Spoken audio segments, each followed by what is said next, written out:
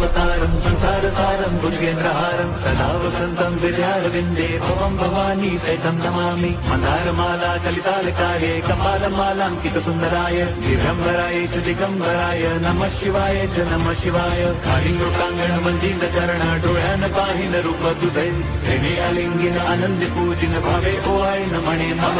त्वमेव माता पिता त्वमेव बन्धुश्च सखा त्वमेव